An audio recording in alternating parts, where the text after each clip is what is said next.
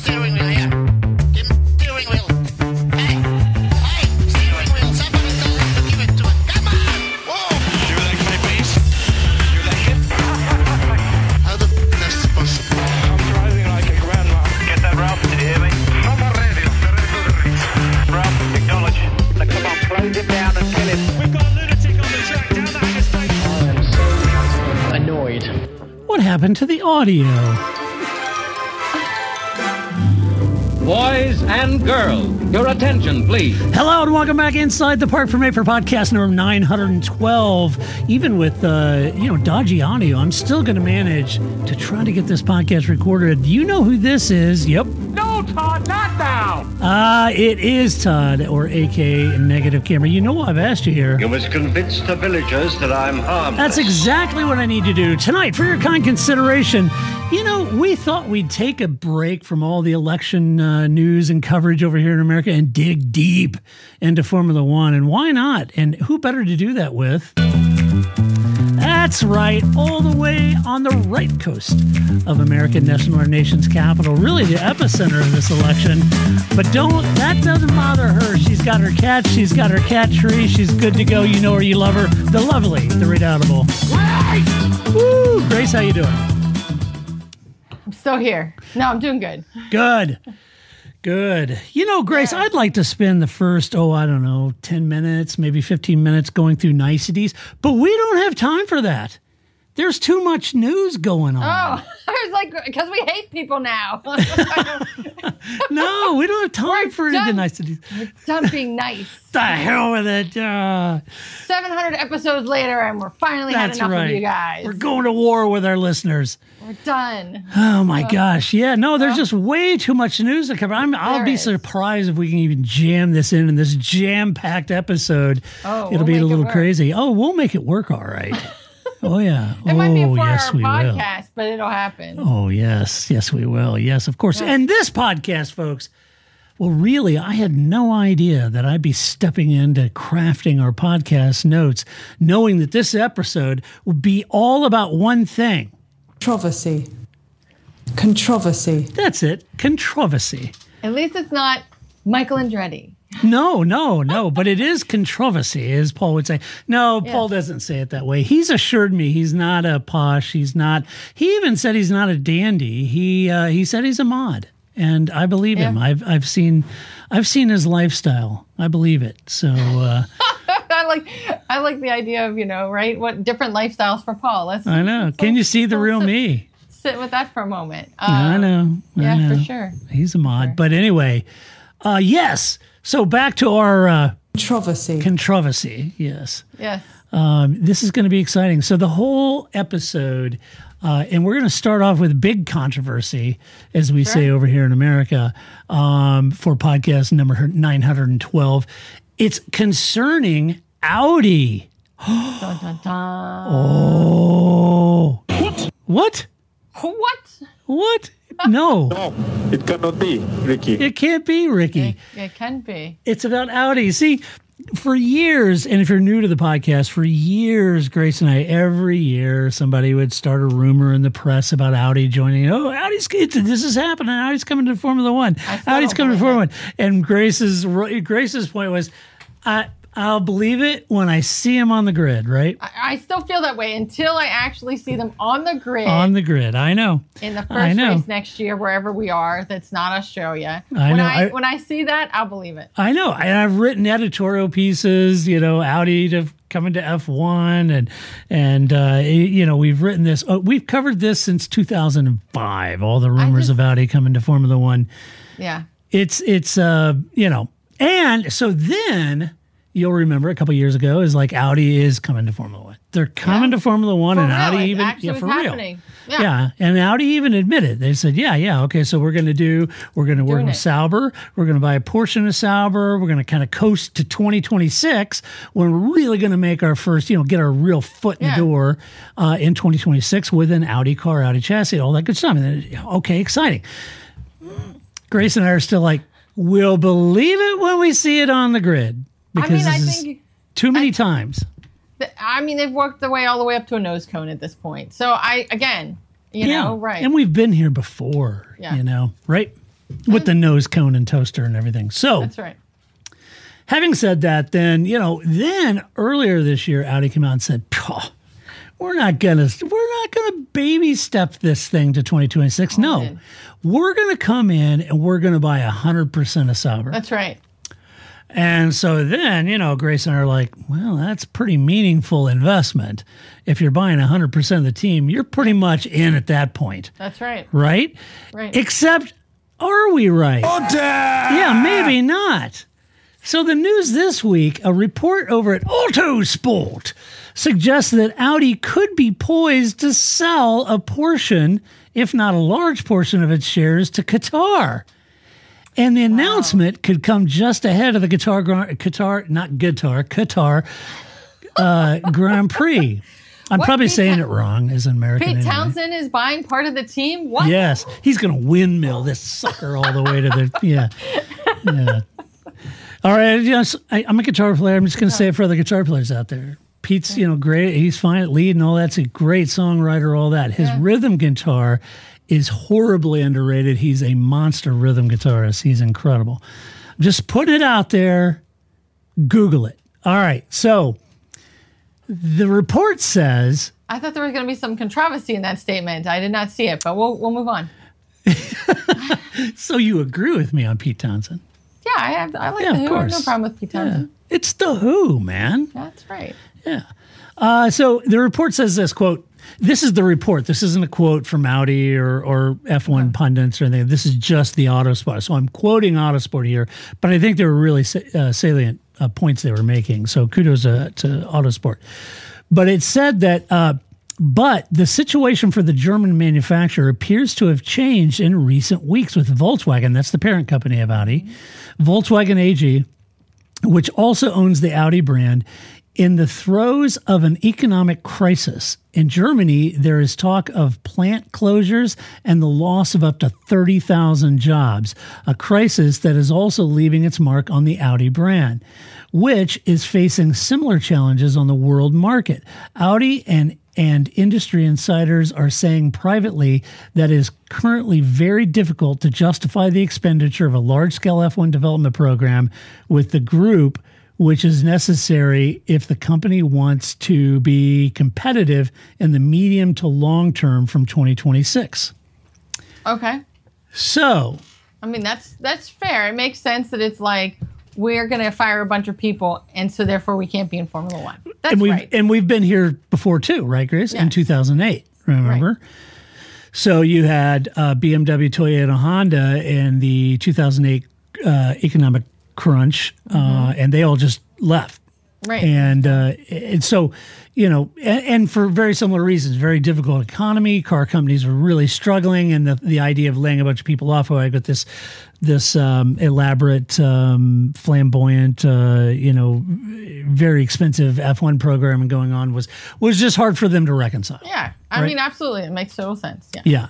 I wasn't happy about it, of course. I called BMW the ultimate quitting machine, but, it was unfortunate they left.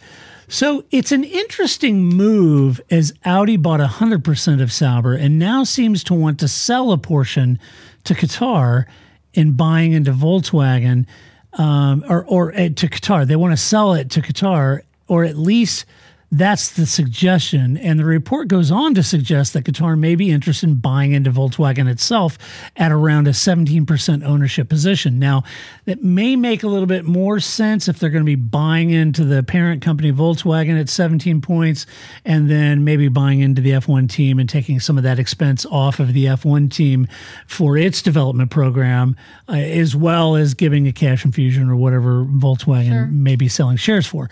So, very typical. These kind of things can happen.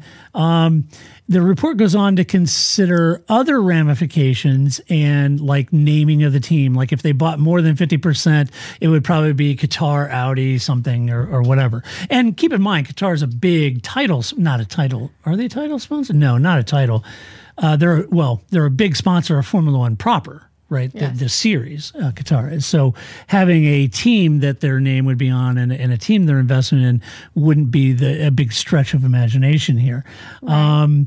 So they've said that the naming rights, could change depending on how much the team buys.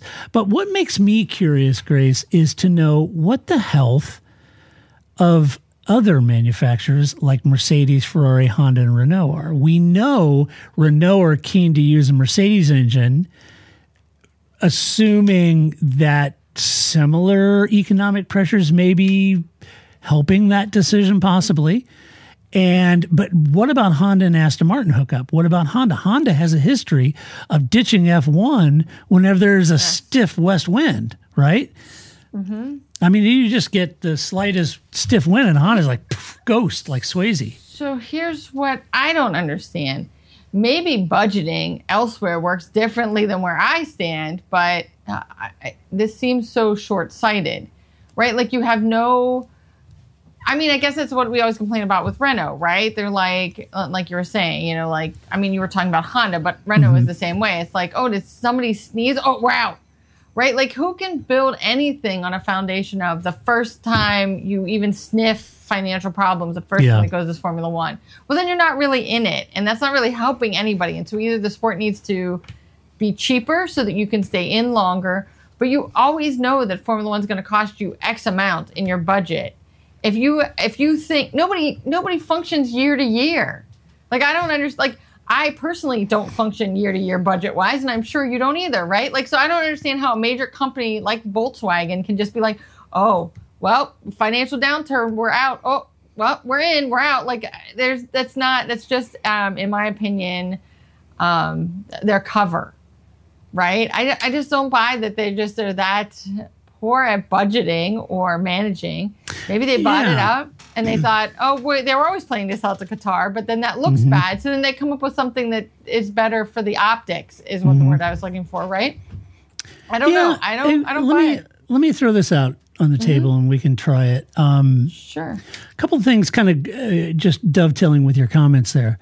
If you're a company and your F1 program is budgeted within your marketing dollars, so marketing dollars are a little more evasive, and they'll ebb and flow as profit plans and strategic marketing plans are developed. Those typically are separated by several months, but not exactly at the same time. But you've got an SMP that you're developing, and then you get down to your profit plan. So these marketing budgets are sometimes you've got a tailwind, sometimes you've got a headwind. Those budgets can change quite a bit around marketing, and meaning that certain market activations that you were going to do, you're not going to do. Maybe you're still into that media buy and trying to still focus on demand generation marketing, but on the flip side of that, you're not so much going to have the money to spend that big brand building campaign or exercise that you're going to do. And so maybe the flexibility or the permeable nature of a marketing budget means that, F1's in that marketing budget. We got to cut our marketing budget, means F1 goes. The other thing is that I'm wondering is, no doubt that they've budgeted longer term, and I'm just adding to your point. I'm not contradicting it all. I'm just really it's just adding. Information. Yeah, I'm just adding to your point. Gotcha. It's just random white noise added on to the end of your very salient point. No, what I was going to say is that if it's not a marketing budget that can be cut or added or cut or added, a long-term plan, if you're looking at a 2, 3, 5-year plan of investment for R&D dollars on innovation and product development, then if the F1 program fits within that area of rapid prototyping, innovation, development, product development, product ideation, those kind of things, which is a bleed through to your road car efforts, your engine efforts, and that kind of thing. That's right. That would make sense. You'd be pinned to a longer 2, 3, 5-year budget than you would a marketing budget. And if that was the case, then whenever you get a headwind, just jumping out of the series doesn't make a lot of sense. because you're in it to prototype new innovations for that company, irrespective of the ebb and flow of a difficult market or a rude health market, right? Formula One has to be more than just marketing. And so that's what I'm wondering, because in the past, most of these programs have come out of marketing, right?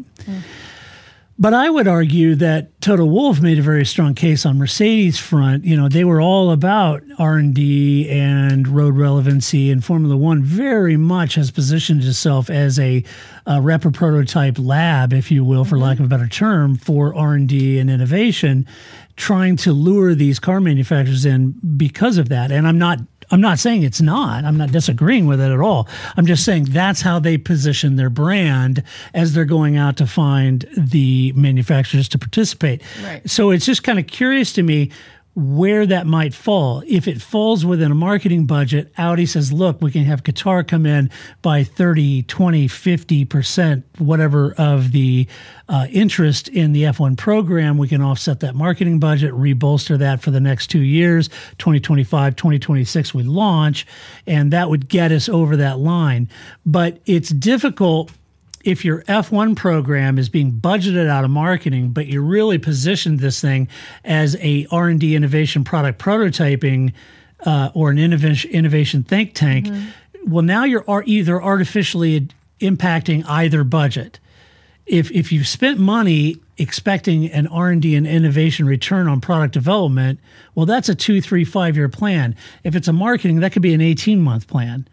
So. Right. So which one is it? So you're either going to erroneously try to extend the marketing budget in the face of a difficult economy, and you really don't have the profit plan budget to warrant it. Right. Or you're going to artificially shrink your product innovation budget and your R&D because that's a 5-year program or a 3-year program, and now you're just going to be changing and either in or out every 12 or 18 months, right? Which is the most expensive way to do it. It would be, for sure. Right? Because there's some cost that's ramping up and some start cost up and winding down. Right. That's, right, Yes. mothballing the whole thing. And so That's to right. mothball it every year and then bring it back again, that's like, and then you just have equipment that's laying around. Like that is the worst. You would have to have a longer plan because there's no way you can't just start up and shut down over and over again. So I would think that while Volkswagen, trust me, I'm not in any position to say it's not a big deal that they're laying people off. Trust me. Oh yeah, but that's. But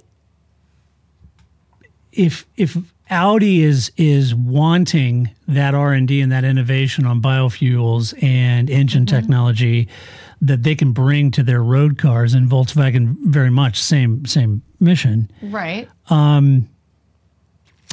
They've got to try to figure out a way to keep that program going and find the budget without thumbing their nose at a bunch of people they're getting ready to lay off, right? And maybe this is the way to do it, is saying, look, difficult times, we're laying people off. That's why we've gone out and we've sold 50% of or more to Qatar to help us fund this project. This project's important to us from R&D design, but it's not so important that we would continue to invest at that level and lay off people. So that's why we've brought another company in to invest at that level for us.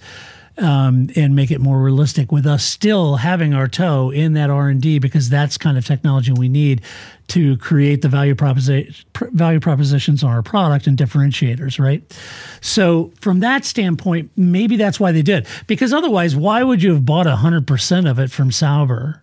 I guess that's what I'm saying, is that maybe this was always their plan.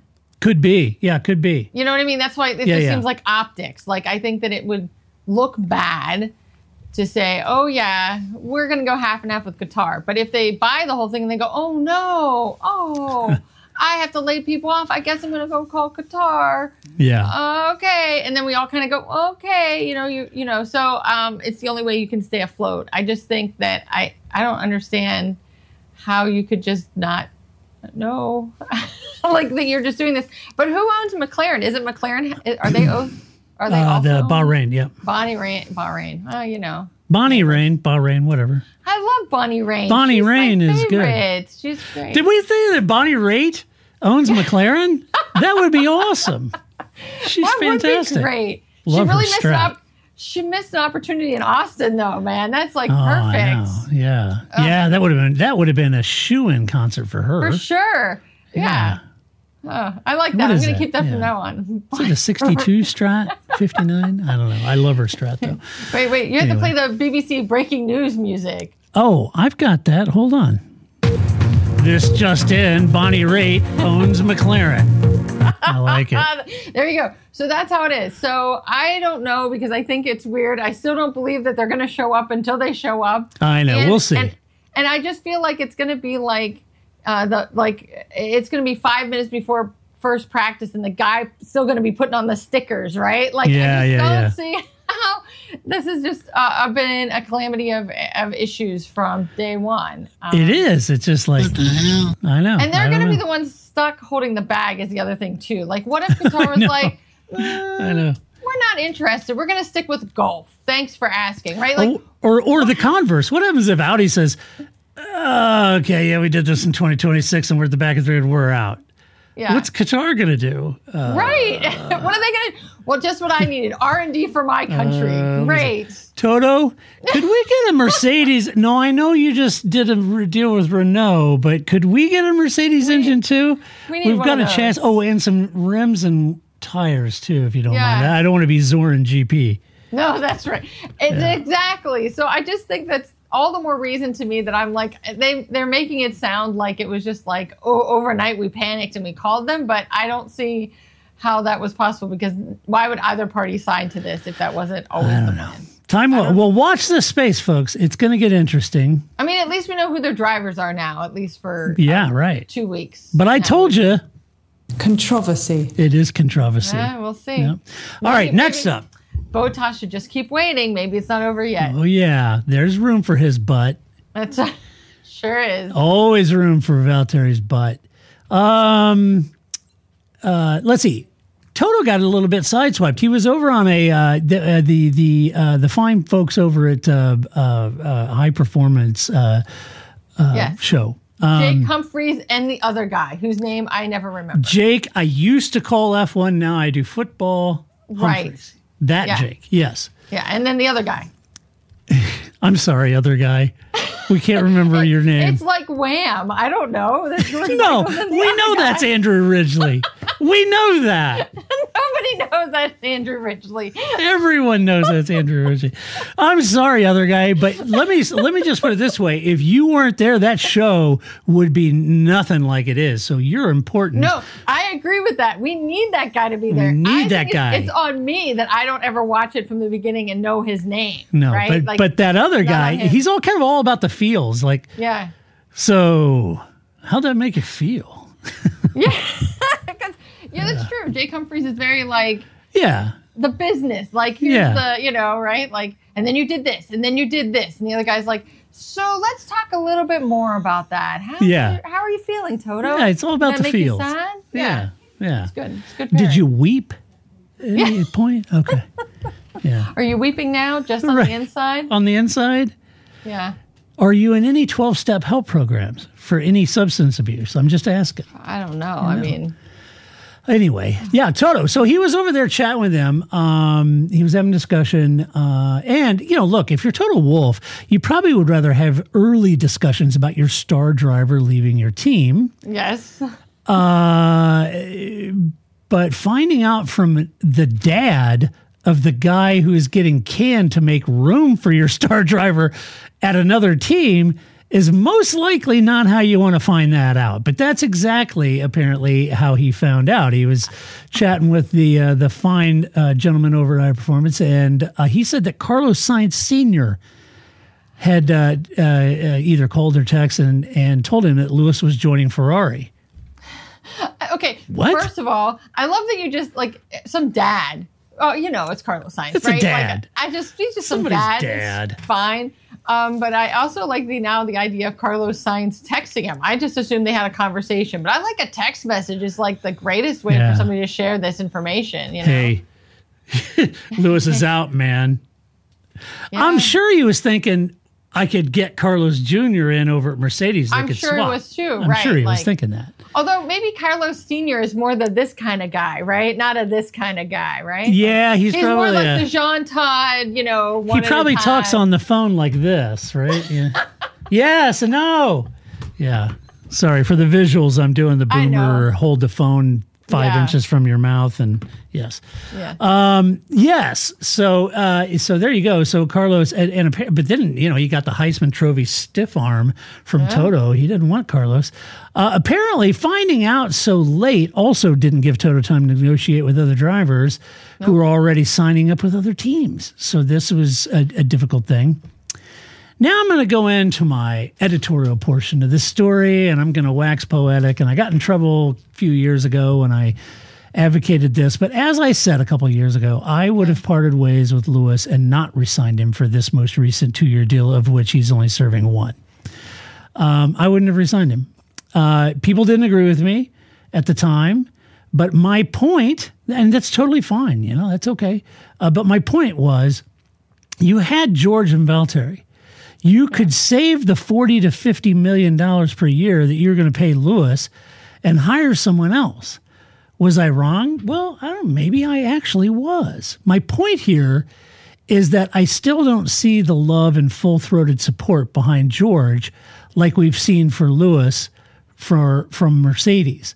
Either that's terribly unfair, as I've argued on previous podcasts, or it could be justified, as the team would be the only ones to actually see the driver workings, the inner workings, if you will, and maybe I'm rating George much higher than the team actually knows him to be, right? I'm starting to think that maybe that's the case, given how excited they've seemed about Kimi Antonelli, right?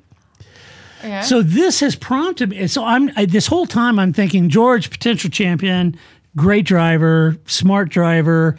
I don't understand why Mercedes isn't giving him love. I have no idea. It's kind of, he does well. Yeah. Nice job, George. Lewis, I'm so sorry about the car. You're a champion. I don't understand what we're doing. We're going to self-flagellate behind the garage after the race. I mean, I don't understand, right? But if George isn't all that in a bag of chips, maybe I do understand, right? Maybe they think Kimi is it and all of it in a bag of chips. Yeah. So this has prompted me to say in the past that George should be looking for other drives like Aston Martin or Red Bull. And if I was him, because I think Toto and team will be all in on Antonelli. I mean, they are going to be over the top with Antonelli.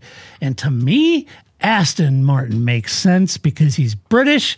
And to be quite honest, Aston has to start taking Lawrence's investment in this team and brand seriously. And Lance is the weak point. But his dad's the reason that he's there. I know. I don't think anybody else thinks he should be there. I know. Somebody's got to pull Lawrence aside and have one of those conversations that's difficult and probably get you fired. But don't be near a window when you tell him that news. I'm just saying that, I'm sure people have told him. I go back to James Vowles at Monaco last year, where they were talking about the floor of the Williams because you could see it. And he's like, you didn't need to see the underside of our car to know that we're slow. I don't need an advanced degree in strategy or aerodynamics, or I have eyes. The guy is terrible. I mean, Pastor Maldonado at least has one win to his name. What has Lancey done for you? Nothing. Why do you still have him? Right. And it can't be for PR, right? So sometimes you keep you kept David Coulthard on at Red Bull for a while because he was good at car development, or maybe you keep Ricciardo on because he's good for PR. What is Lance? If Sebastian Vettel can't make you funny, nobody can make you funny. I know. I don't understand. I don't. And I have a soundbite for that. You say, what has Lance done for him? Nothing. As somebody said on, one of the social medias, that Lance must have fun. He must be funding a meme company, because if it isn't for the memes, what else is he doing? Yeah, right. Right? Right. I don't know, producing memes. Okay, so. Well, and one final point, an interesting comment from Toto in the interview has him saying that he needed to determine what to tell sponsors As soon as he found out, he immediately had to figure out what he was going to tell sponsors because it was breaking in the news. So just a reminder, folks, always follow the money, right? Well, yeah, I mean, that has to be a big reason why Lewis is there, right? Like, I could just see a Puma, right? Like, oh, yeah, Toto, here's the check. What? Lewis isn't going to be there? I'll be taking that back. Thank you very much, right? I could see that definitely from WhatsApp. Right. Like, Lewis uses WhatsApp. No, well, I'm sure he does, but he's Instagram, and they are all owned by, the same people. Same dude. So I think the thing is that George Russell, first of all, is not a 7 or 8-time world champion, right? He is not Lewis Hamilton. What? You'd like to think that, wouldn't you? What? So I think that alone, especially when we talk about sponsor money, is that they don't care, right? Like, they don't care. They don't care how good George is. So how many world championships does he have? You think the sponsor are going to love Antonelli? So I think that's a different thing. So I'm just speaking to George first. So the other thing, too, is that George is, like 26 now? 25, 26? So everybody loves the new guy, right? Everybody loves an ingenue. Everybody loves the 18-year-old, the Calapinte, the Max Verstappen. So Kimi is going to be, there's going to be hope around him in a way there isn't going to be around 26-year-old George Russell, right? Yeah, see, they didn't really like George when he was the ingenue. No, but so I think that they're able to get behind Kimi because, first of all, he's supposed to be, rumor has it, he's, generational talent, very good. Everybody's on the oh, look at all these young drivers train all of a sudden, right? With Ollie Behrman and Calapinto, like everybody's like, oh yeah, why do we still have these old people like Alonso and Lewis? We could have these young guys. Look how great they are for our sport, right? So you're gonna have that. Everybody gets behind that. So I mean, is George good? Of course he's good. Is he Lewis Hamilton good? Perhaps not. And I think the other thing that often, a thing we don't know is we don't know how much they are monkeying around with their setup, right? Which the team would know, but I don't know. So now you're heading into a controversy. Mm-hmm. You're suggesting that they're giving Lewis, or Lewis is asking for. I'm not just saying that they're like, they're not saying, oh, well, we have the good part and the bad part. Let's give the good part to George and the bad part to Lewis, right? That he because he's struggled with the car now more, maybe he tinkers with it more, whereas maybe George is more adaptable to it, right? So I think that's the part that for us sitting at home, we don't know, right? We don't really know the day-to-day of like how they work with the car and how their driver style fits with that, because that the car is at least 70% of the sport. So, well, all I got to say, George, if you're out there, I'm apparently one of the few people out here that think you're awesome and think you're a great driver. So I got your back, bud, but I don't know what to tell you. I will also say, George, I know we're not the same generation, but as a Gen Xer, always be looking. Never not be looking. Always. It's a fallacy to not be looking. They don't care about you. Your job does not care about you. Not any more than my job cares about me. Look, loyalty, overrated. What did that do for the generation ahead of us? Nothing. Always be looking. That's right. Be looking. Nothing. Because as we've seen, they're always looking. So why shouldn't you always be looking? And I think the other thing is that this is where, like, the classic number one driver, number two driver, it cuts out all of this, right? Nobody thought Rubens Barrichello was as good as Michael Schumacher. Was Rubens Barrichello a terrible driver? No, he was in Formula One. Was he Michael Schumacher? No. But you don't have any of this controversy. You have a number one and a number two. Yeah, right. But the downside of that is, especially if you're the only team that still does that, is that you're missing out, right? So if they had Michael Schumacher and I don't know, somebody else that wasn't Rubens Barrichello, you may have had that who's the number one driver, who's the number two driver, but you also may have had success off of that number two driver that you were never going to get off of Rubens Barrichello. I'm sorry, Rubens, you're a very nice person. I feel bad saying these things about you. But Rubens awesome. Right. I don't mean it personally, but I'm just by the numbers here. But I mean, you get what McLaren has, right? So McLaren has this problem. Two chefs, one kitchen. Correct. And so there is an advantage to having number one and number two, Michael Rubens. But what would you miss out if Piastri was a Rubens and not a Piastri? McLaren would be losing out on talent and wins. And so, a perfect example of that would be currently Red Bull. Right. Exactly. A perfect example of that. Yes. Sergio Marquez is killing that team. Right. So I just think they need to figure it out, right? I think now I love the idea that Pecco Bagnaia is going to lose the world championship next week because of the Marquezes. And I love that it's phrased that way, as if they're the car acrobatic team, as if Mark and Alex are just like gunning for him, which they are not. But when you phrase it that way, that's how the Marquezes, they've ruined Pecco Bagnaia's season. Yeah. Anyway, so you're right. But so I think that that's some part of this too, is when you only have two drivers, how you play them. And honestly, George, I think it could be worse, and you should call Esteban Ocon, and real quick, because I think he's the only person that would be even remotely in a place to understand this. And please don't also end up at Haas. There you go. Yeah. No, Aston Martin. All right.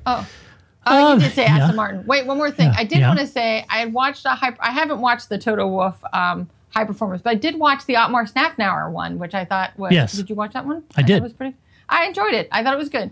And I love me some Otmar. So it was Sure. a nice, let's spend an hour just listening to Otmar tell me these great things. And I enjoyed it. And I thought there was some good insight there. So people, there you go. Listen to Jake Humphreys, the other guy, and Otmar Snafnauer.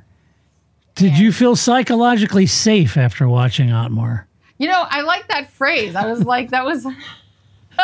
It's such a marketing phrase for I guess I would use a football analogy, right? Like psychologically safe is a way of saying you don't want Dan Snyder as your boss, right? Dan Snyder does not make you feel psychologically safe. So just because you put some fancy marketing title on it doesn't mean it's not a valid concern, right? People say that about kids and their microaggressions. So microaggressions has always been a thing. Just because somebody named it doesn't mean that now it's like psychobabble or something, right? So yeah, you should be able to feel like you can do your job and not get fired every minute like Dan Snyder's your boss. That's building your house on sand. That's not stability. I just had never heard that term until that interview. And now I'm sure I'll hear it everywhere because once it's like thought leader. Like once I hear that term, I'll hear it everywhere now. We'll just build some synergies. It's like the LinkedIn meme that goes around, train your employees so they're great enough to leave, but treat them well enough that they don't want to leave. That's right. There is some of that, which I do also enjoy, but I do love me some Otmar. All right. So next up, water and its creative uses. You see, this year has seen its share of what, Grace? Controversy.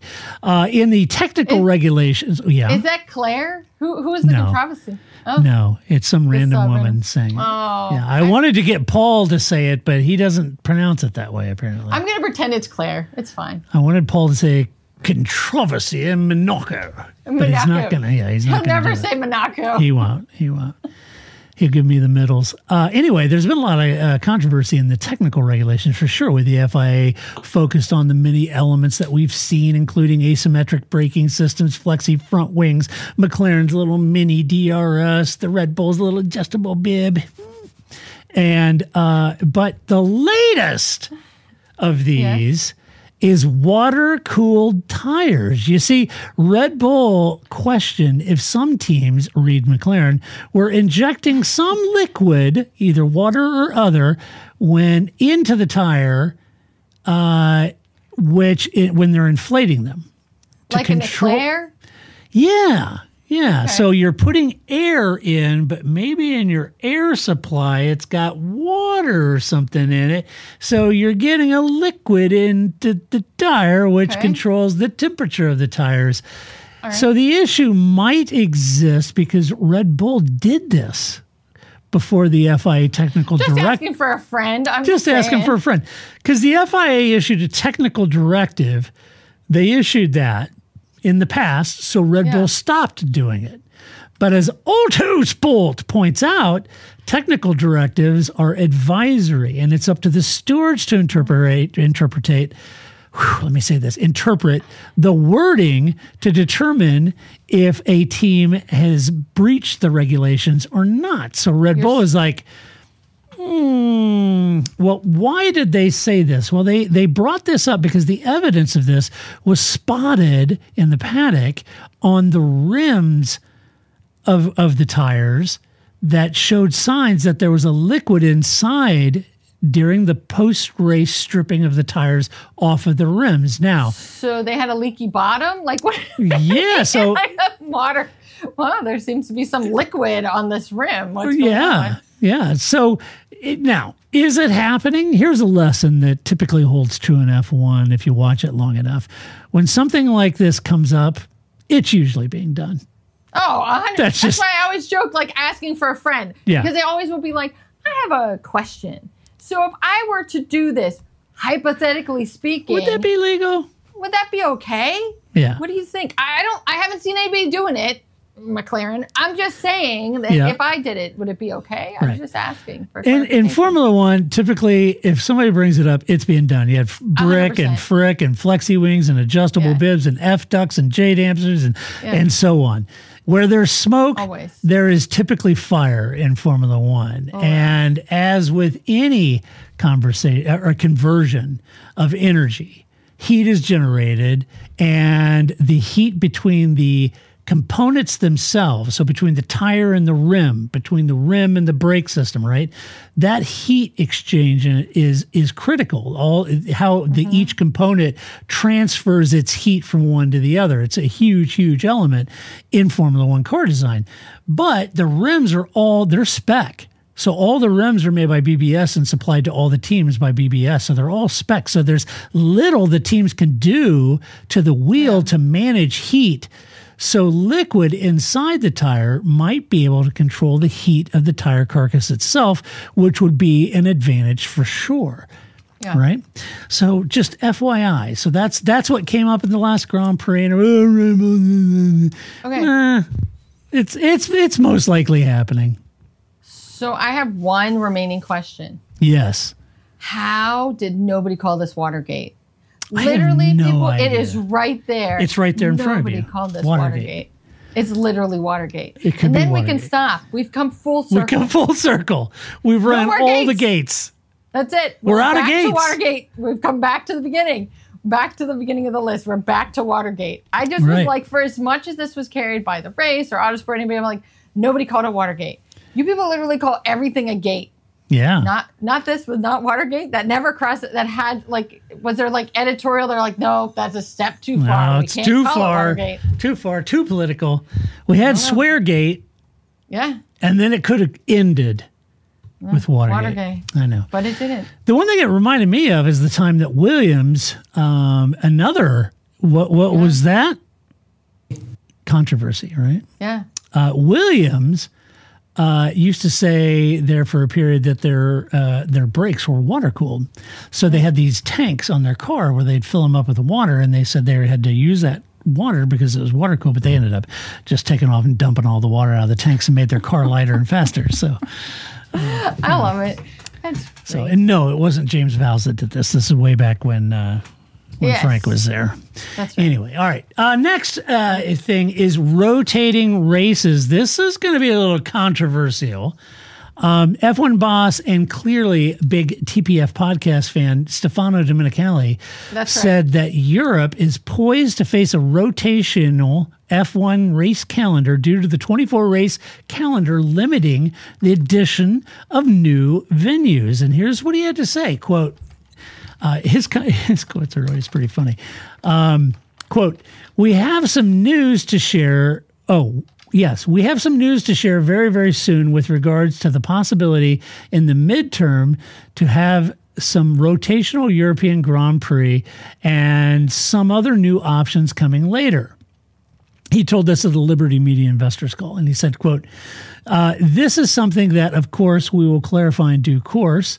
It is true that we have a large demand of new possible venues that wants to come in, and our choice will always be balanced between the right economical benefits that we can have as a system and also to leverage in the growth of the market that we can see potential that will be beneficial for us to grow even further in our business, end quote. So 20 races in the Middle East. Got it. Got it. Yeah.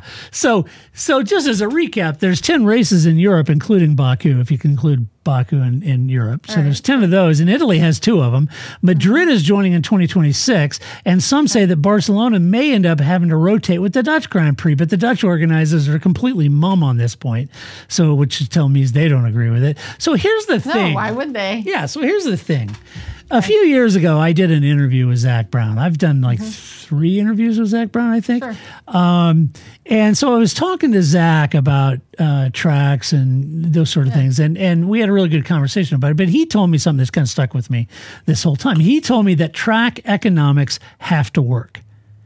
And he's right, of course.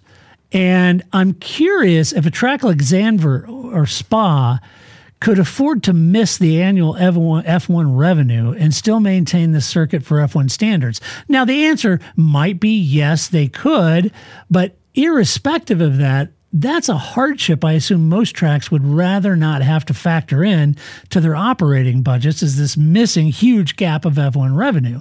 Right. Now, Domenicali went on to say, I do believe that all the propositions that are coming on our table is just giving us the possibility to make even better choices for our future.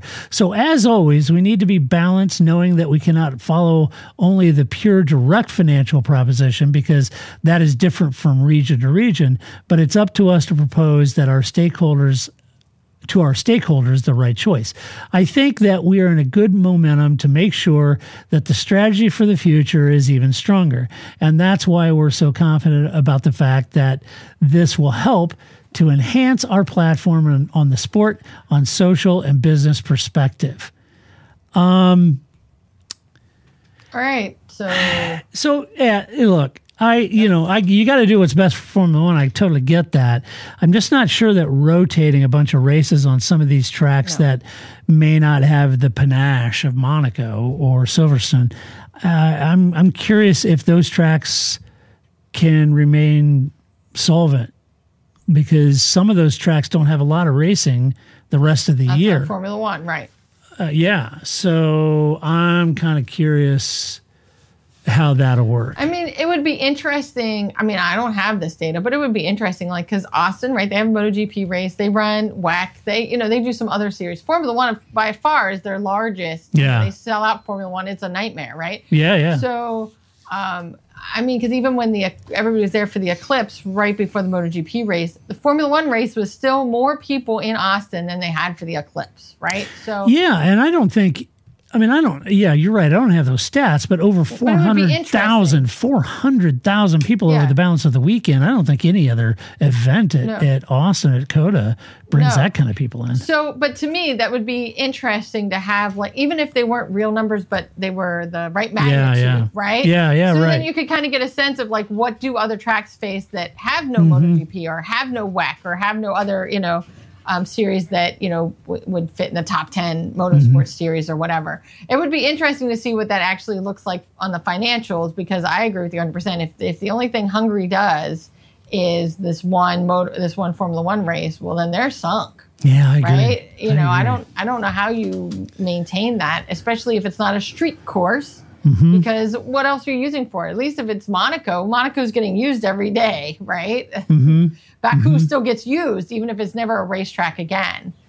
I just think that, I don't know. And the other thing too is we're old. I remember when Germany had to have a rotating track. That was a nightmare. It was. I don't do that. Just have the races you have. Find a balance across Europe, across Asia Pac, across the Middle East. Make it reasonable, and we'll move on with our life. I got the solution to it. I got the solution. Everybody's complaining about too many races on the calendar and blah, blah, blah. All right, here's the deal. I got the solution. All right. If Formula One series is in such rude health right now, then make it like the NFL, and you have F1 West and F1 East. And you have all the teams over here in APAC and Europe, and you can do 12, 14 races in a season. You can have all the West over here, 3 races, America, Mexico, Brazil, Argentina, Canada, all that stuff, right? And so you have all of these races. You have the F1 East and F1 West, and then you boil it down to a ladder system, and you go and you have a big Super Bowl race with East and West. How is that working in college football exactly? Shh! Don't ask any questions. Oh, I'm sorry. Right? Like let's move on. Every other day, those conferences are being rotated around. But I get it. I guess my only request is don't get rid of Hungary, because that's the only track that, as a McLaren fan, I can bank on. Yeah, right. You can always bank on whatever the rest you want to do, fine. Go for it. Don't get rid of Hungary. So I mentioned Sweargate. So I have some more news on Sweargate. A little bit, Controversy. A little controversy here. That's right. So you recall that the controversial decision to penalize Max Verstappen for using an off-color word during a press conference. Then Charles Leclerc did the same thing, and he was fine, but not as harsh as Max was. Well, the GPDA, the Grand Prix Drivers Association, has weighed in, and I think George is the president of that. Yes, he is. So they've weighed in on this, and they're completely backing Max. With regards to swearing, this is what they said. With regards to swearing, there's a difference between swearing and swearing intended to insult others and more casual swearing, such as you might use to describe bad weather or indeed an inanimate object, such as a Formula One car or a driving situation. We urge the FIA president to also consider his own tone and language when talking to our member drivers or indeed about them, whether in public forum or otherwise. Further, our members are adults. They do not need to be given instructions via the media about matters as trivial as wearing of jewelry and underpants. So they took the opportunity to say, we agree with Max. We think this is BS. And by the way, we think you're a joke. I mean, so solidarity with Max, and it's sad that you have solidarity with Max and the teams and F1 and now the GPDA, all of them have very little time or respect or use of the current FIA president. And it just makes me wonder, where is the FIA's vote of no confidence? Surely the FIA member clubs can see their power, control, and standing waning in the light of all this. I don't know. It's pretty bad when the GPDA weighs in to talk about the penalties for swearing, but basically takes it as an opportunity to say, you suck. In a sport where they're swearing everywhere else except for these four walls that I can control. Right. Maybe you're picking the wrong battles. I think that, first of all, I thought when this came out, because I'm sure you also watched it in Brazil during one of the 700 rain delays. Yeah. When Will Buxton, I almost call him Will Powers. That's totally different. Will Buxton, although I would watch that. That would be fun too. Will Buxton was interviewing Dominicali, and Lewis, is chatting with him, right? And they're going back and forth, and they're like, "Oh, are you funny?" I love that juxtaposition of how Lewis was with Stefano versus how Lewis is with Ben Silliam. Yeah. Ben Silliam, who he's like, I don't really want to shake your hand. Please don't look in my direction. Don't look at me and I don't want to talk to you. Right. As he gets off the little weigh scale to go get his trophy. Right. I know. Like the night and day. It's not like, oh, Lewis is just grouchy sometimes. Nope, not at all. Just with you. That's all with you, sir. Right. It's just. Oh, man. Yeah. Lewis is like, Now. Get off now. I also want to know, I also imagine that how this would go through Chat GPT, right? Like, Ben Silliam is a jerk face. Well, you see, we really don't like the way you're talking to us. Right. I just love the, what George would have written and then how, somebody made it sound, more formal. Because I just would have been I've had enough of this guy. He doesn't know what he's talking about. He's not the one in the car. I am. So if I like to wear jewelry, screw you, right? Right. And it comes out and it says, we would prefer if you talk to us more nicely. We see what you're telling the media and we're adults. Just talk to us in the press or in the, the driver's meeting like everybody else does, right? Yeah. So I just love the idea of what was the first draft of this announcement before it was probably you're the FIA president and you're going to weigh us in and manage the scale after the race. Can Joe Bauer please do that? What are you doing? Here are the 12 other things You off could the top be doing. of my head, you could be doing without any thought in this moment, right? That you could be paying attention to. But this is what you're going to, what kind of underwear I'm wearing. I'm good. Thanks. I know. Thanks. I got it. I'm 26-year-old. I've been racing since I was 2. I'm pretty sure I understand what underwear I need to be wearing. Thanks. I know. And I think what George originally wrote. What? What? Oh, that's what he said. Let's do some Albin's Cats. Let's do it. I have some headlines, but before I get to the headlines, do you have some Albin's Cats for us? I do. So I remember in the last podcast where I talked about, like earlier, that, you know, we like to use the Formula One turns of phrases in our everyday conversation here in this house. Yes. So, like, you know, Flip will say something and go, just information, right? Like, I'm just, you know, so it's like, are you making dinner tonight? Just information, right? Like, not judgment. You can say yes or no. I don't care. I just need to plan, right?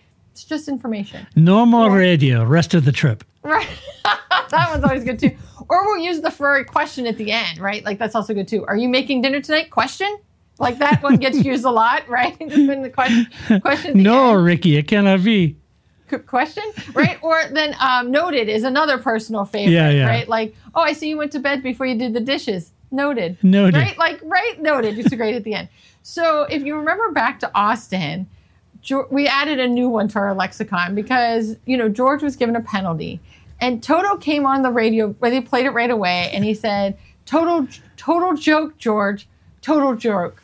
But the way he said it so fast and with his accent, it totally sounded like Toto joke. So as if he was telling a joke. Toto joke. So anytime somebody now, one of us says something like, and they didn't call that Watergate, Toto joke. Like, as if anytime. Toto joke. It's a Toto joke. It is a Toto joke. Get down. That was great because clearly he said total joke, but that is not what I heard over the radio. Right. And it's much funnier to think that he was like, George, it was a Toto joke. There was no penalty. Toto joke. So you all feel free to add that to your lexicon anytime somebody makes a bad joke or a bad pun. And then the other thing, I want to make this point yet again, because after Brazil, where I feel like I watched like 17 races in Brazil, like, were we ever going to get a race going on?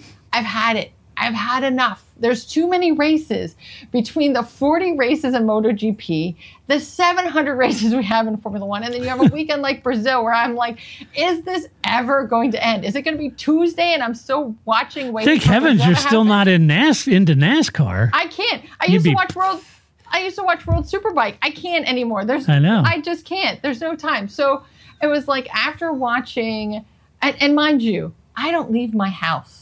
Right? I'm not even going to a bar to watch these things. I'm at home in my house and I'm tired. I mean, we had like 7 weeks in a row of MotoGP. And then, you know, so MotoGP qualifying was on at 2. And I was like, oh, I guess I'll just stay up till 5 a.m. to watch qualifying. I'm pretty sure I thought Jack Miller was dead. That was horrifying. And then he walks away and he's fine. What the hell was that about? That's a lot. That's a lot at 2 a.m. my time. Yeah, it's a big emotion. I'm wide awake now. I'll just wait for qualifying. Qualifying took forever. The race took forever. I've had enough. I don't need you to bring back the V10s. I need you to bring back the schedule that happened with the V10s. I'd like 15 races, 12 races. That sounds great. I can't do this. And with the sprint races, it's too much. Too many. So, Stefano, no rotating, just 12 good races. How about that? 12 good races. 15 good races. I can't imagine the amount of joy I felt watching the Braun GP documentary where it was just like, and it's done at Brazil. It's done. Yeah, right. We still have 3 more races to do. I know. Got to go Vegas, Qatar, and Abu Dhabi. It never ends. And they're all like 3 on the trot, aren't they? Right. And so after Flip is like, I'm like, I can't do it. I just watched so much Brazil, and he goes, you know, it's only like 10 a.m. We still have football to watch. I can't. People, we're like week 10. I have to start paying attention. Right? Like, come on. I know. Too much. 15 races. Bunch. That's all you get it. Make it better. It's a bunch. All right. You ready for some no shit headlines? Yeah, I'm ready. All right. First one up. Lando Norris has Sky Sports pundits shouting at the TV as 2 incidents called out. Who is the Sky Sports pundit shouting at TV? That would be Karun Snap Oversteer Chandok. I watch F1 now. I don't even watch Sky Sport anymore. I know. Don't get me started. I can't. Don't get me started. Let's see. Next up, Max Verstappen's dad made him, quote, toughen up by putting fingers on car exhaust. So I'm going to put this out here. First of all, every time somebody's like, can you believe Max Verstappen is like this? Yes. Have you met Jos Verstappen? Yes. Yes, I believe it. That guy is a jerk face, right? Yeah. Like I feel like it's one thing if we didn't know his dad. We already have a history with his dad. His dad was a jerk face. I can't imagine having Jos Verstappen as my dad. And second of all, these are the things we know about. So most of us, right, if I was to tell you like horror stories for my parents, which I don't know what they would be, but if I did, I'm really only going to tell you the ones where people might go, well, maybe that's not how I would parent, but okay. Right. He's not telling you the ones where like, oh, his dad like submerged him in a tank of hot water with eels in it or something, right? Like he's waterboarded him for 20 minutes. Right. He's not telling you the really bad stuff. He's telling you the stuff that's kind of a little borderline parenting. I know. Yeah, it's a little, it's borderline abusive. Right. So if this is what you're telling us about, what are you not telling us about? But Max Verstappen is the way he is. Yeah, I've met his dad. Yeah, I know. Next up. No surprise. Coulthard makes bizarre Leclerc comment. What he actually said is that Charles was like a puppy who occasionally pees on the carpet. Okay. I'm sure there's some context there. I don't know what it is, and I didn't want to read the article to find out. I like it better without context. I do too. Actually, like let's just leave it out there. I do too. I hope that he was talking about his dog. Yeah. It was not actually about Leclerc. It's just because you have to like take what would have been like a 20-word headline and make it 5. Right. And in the process of making it 5, we lost it. It's actually about Leclerc's dog and not about Leclerc. Right. Let's see. The next one up, this is from Gunther Steiner. Quote, Stroll doesn't want to be an F1 driver. Welcome, Lance Stroll. The only person that wants you in this sport is your dad. Nobody else wants you here. This is a different category. Nobody wants that. Go Nobody anywhere. I mean, he's surely talented. He could be fine in some other series. Yeah. But with anybody's job, we only get X number of days on this planet. Not every day is going to be a 10, but most of your days should be at least 8. If most of your days are 2s and 3s, you're not doing something right. Something's right? wrong. Like, get a Something's different very, job. very wrong. Yeah, so if you're really like every day is a 3, which is how he seems. He has never seemed to enjoy being in Formula 1. I know. Just go. Be happy. Garden. I don't know. Get some cats. Take care of Leclerc's dog. There has to be something that you were put on this planet to do that would give you joy and make your father happy. Well, you would think. That. Find it. All right. Finally, Valtteri Bottas. This is Bottas completes Ironman in his garden. I love this. This was great. You know what? I hope Bottas, again, while I am sad that he's leaving Formula 1. Yeah, just to get everybody up to see, Valtteri and Joe go on your route. They're gone. Yeah, right. So, yeah, they're done. Formula 1. So no more Bottas. So if you were excited to see a season next year with Valtteri and what might be in his bare bum calendars, and that's all over. He'll still do them. It just won't be in I'm Formula sure 1 will. anymore. Yeah, you may have to follow bicycling or Ironman. He'll still send one to Lewis for Christmas. Yeah. I'm sure he will. I think that, Bottas is I like that these stories are next to each other. Yeah. Here you have Lance, who is miserable, and you have Bottas, who's like, I'd love to be in Formula 1, but I'm not going to be in Formula 1, so here's the 12 other things I'm going to be doing instead. That's right. And I think he should just keep putting out this lovely content. I enjoyed it. Keep being you. Keep Bottas, doing with your you. Mullet, Keep being Valtteri, Hey, smoke up, Johnny! Smoke up, Johnny. I'm here for those vibes. Just keep putting them out. Whatever you do, you'll be successful. And maybe you can help Lance. Maybe. Find his joy. All right. That does it for this podcast. All right. Find some joy, people. Have we had enough controversy for this? I think we have. I can't believe you made it through a whole controversy and not once did you make mention of Michael Andretti. I'm pretty impressed. I'm sure he must be involved in a controversy this week. Now you had to ruin it. See, Watergate, we're you gotta all the go way there. around. Wait, does that mean we're going to have another Spankgate? Have we started from the beginning of the list? Might. I don't know. Some people are wondering if Lewis was on Diddy's list. That could be a Spankgate. No. We do not need to put that out into the world. I don't know. I saw a bunch of people, on social media. I'm staying away from that one. Doesn't involve me. You will figure it out. I don't need to know anything about that. I don't either. Put that into the universe. No one knows what it means, but it's provocative. Yes. I know enough. I know enough. I know enough. Problem. I know. Right. I've heard enough. What do I know? I know enough, and that's right. it. Diddy's in prison. I don't need to know any more about it. We're good. Yeah. So anyway, all right. Well, that does it for this podcast. I'll let you know what you think about this podcast, these news stories, or any other stories you'd like to share. But you could be like one of our Patreon supporters, and a huge, huge thank you to our Patreon supporters. We could not and would not do this show without you. You guys are the absolute best. The bomb. You guys are awesome. Love having you guys here, and love having you guys support, and really appreciate it as always. You can do that. Go to the website, theparkformay.com. You'll see support us down at the bottom left, upper right-hand side. You can click on that link, support us, share your opinion on these stories and others, and let us know what you think. And if you like the podcast, well, tell somebody about it. Don't hoard it. Don't be a hoarder. All right? Don't hoard. It's not healthy. Share it with a friend. Say, hey, friend, take this earbud. Listen, here's Grace. This is what Grace thinks. So you could do Tell that. them it's a Toto joke. It's a Toto joke. Yes. Hear your pod. Yes, exactly. You could do that. And they don't know who Toto is, but it'll be fun. Spread the love. If you watch us on YouTube, for crying out loud, hit the like button and subscribe. How many YouTube videos have you seen where people are telling you to do that? You know it's important. Why would you think it's not important to us? Of course it is.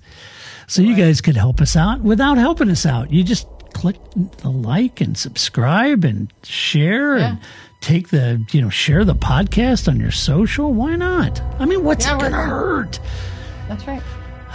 Anyway, Grace and I are going to be back. We're going to be back to do this all over next week, and we're going to talk about some news. And it could be controversial, but we'll have to wait and see. But until next week, when we come back to do it all over again, this is Todd, a.k.a. Negative Camper, saying so long, Grace. See you next week. That's it, man. Game over, man. It's game over. It's not what I feel I've got to prove at all. I don't really want to prove anything. I started as an amateur with no idea or no intention of becoming world champion.